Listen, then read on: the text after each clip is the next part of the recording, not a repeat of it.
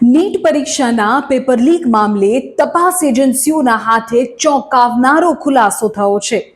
અત્યાર સુધી એવું માનવામાં આવતું હતું કે આ કૌભાંડ માત્ર કરોડો રૂપિયાની કમાણી કરવા માટે છે, પણ હવે તપાસમાં જે વિગતો સામે આવી છે તે શિક્ષણ જગતને હચમચાવી દે તેવી છે। સૂત્રો એવું કહે છે કે આ પેપર લીક પાછળ કોચિંગ સેન્ટર્સની બજારમાં નામના અને લોકપ્રિયતા વધારવાનો એક બહુ જ મોટો પ્લાન હતો। એટલે કે પોતાની સંસ્થાનું પરિણામ સૌથી શ્રેષ્ઠ આવે છે અને આગામી વર્ષોમાં વધુમાં વધુ વિદ્યાર્થીઓ આવે, કરોડો રૂપિયાની ફી ભરે અને ત્યાં જ જે તે કોચિંગ સેન્ટર્સમાં જ એડમિશન લે, તેના માટેનું એક આખું નેટવર્ક હતું। આપણે કોઈ કોચિંગ સેન્ટરમાં જઈએ ત્યારે શું જોઈએ કે ત્યાંથી કેટલા વિદ્યાર્થીઓ પાસ થયા છે, કેવા મેરિટ સાથે ક્યાં આગળ વધ્યા છે।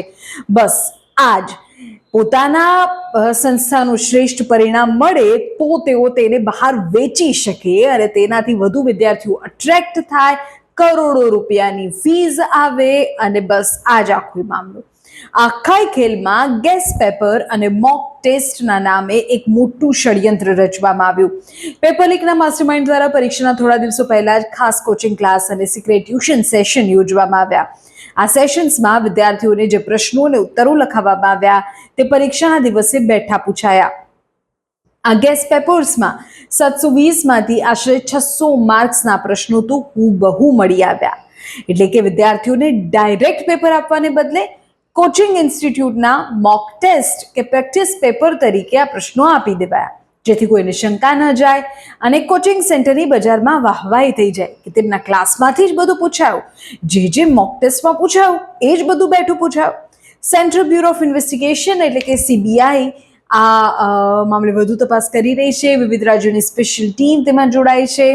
મહારાષ્ટ્રના લાતુર, પુણે, રાજસ્થાનના જયપુર, સીકર, હરિયાણા સહિતના અનેક ઠેકાણાઓ પર તપાસ અત્યારે ચલાવવામાં આવી રહી છે અને નેશનલ ટેસ્ટિંગ એજન્સી એનટીએ સાથે સંકળાયેલા લોકોની ભૂમિકા પણ તપાસના દાયરામાં છે।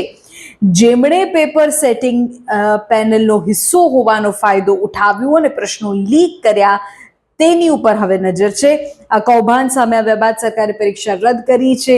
હવે 21મી જૂને નવી પરીક્ષા યોજાવાની જાહેરાત કરી દેવાઈ છે, પણ કોચિંગ સેન્ટર્સ દ્વારા વિદ્યાર્થીઓના ભવિષ્ય સાથે રમાતી આ રમત સામે હવે દેશભરના વાલીઓ, વિદ્યાર્થીઓમાં રોષ વ્યાપી રહ્યો છે।